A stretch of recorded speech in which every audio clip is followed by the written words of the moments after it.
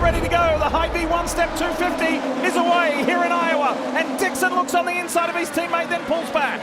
Side by side, a little bit behind the top 10, it looks like. We see some of the Meyer-Shank cars side by side, teammates off at 2, all single file. Then we see the McLaren teammates side by side into 3.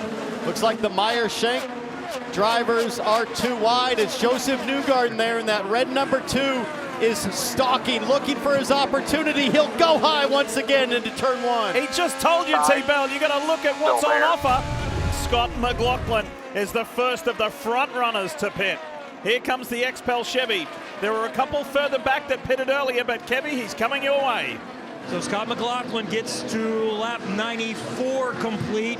They're going a little bit loose later on in the stint, so they will try to make a slight adjustment to help that, as we've talked about, messing with his tools to try to stay in front of it, Georgia. Hello, impressive. Oh. We see a spin. It's Canapino. They stay green. This is important. Palou now on pit lane. Track is still green. Palou is in. Palou's he's got a lap almost on the entire field. Only Power on the lead lap. Because of that, if it went yellow now, he would get a free pit stop. How we're leaving it. There you go, guys. The yellow flag is out. Nice clean in for the 10. Nice clean out, Kev. And he makes it to lap 100, so if there was any fuel saving, he's not going to have to mess with that at all for a little bit.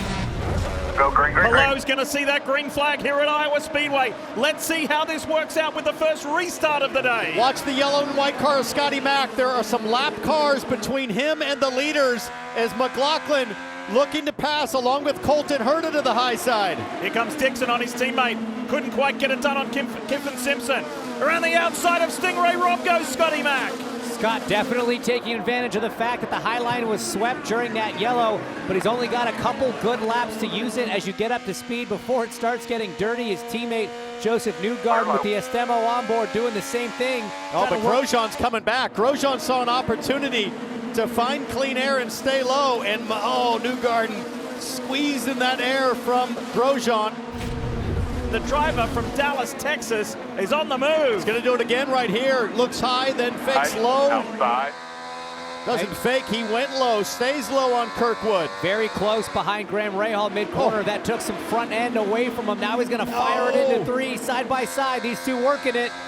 Ferrucci up 7 spots since the restart. But Kirkwood has the draft as he comes off the corner. Graham Rahal's car helps break the air, and Kirkwood able to suck up. I think there was contact there. I think I saw smoke off the right rear of Ferrucci.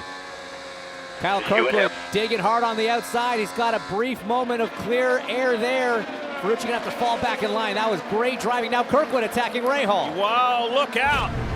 Let's keep an eye on this stop. Last time it was the fuel probe. A little bit stuck again there. Maybe it cost him half a second. Dylan.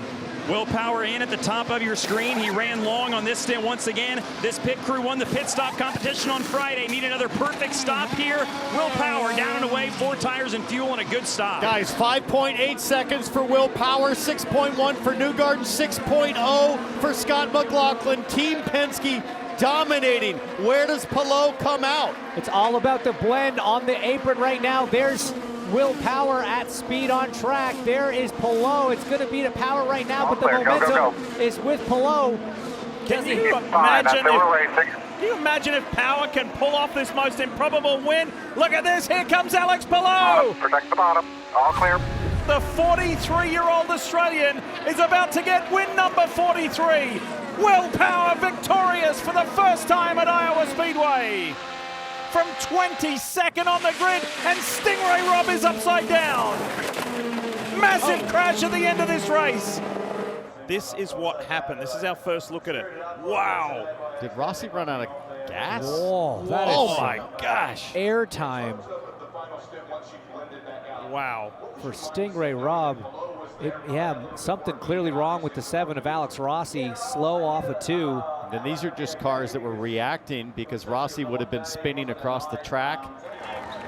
Had a really good car, really fast car, so I just sat back and used that pace to save fuel.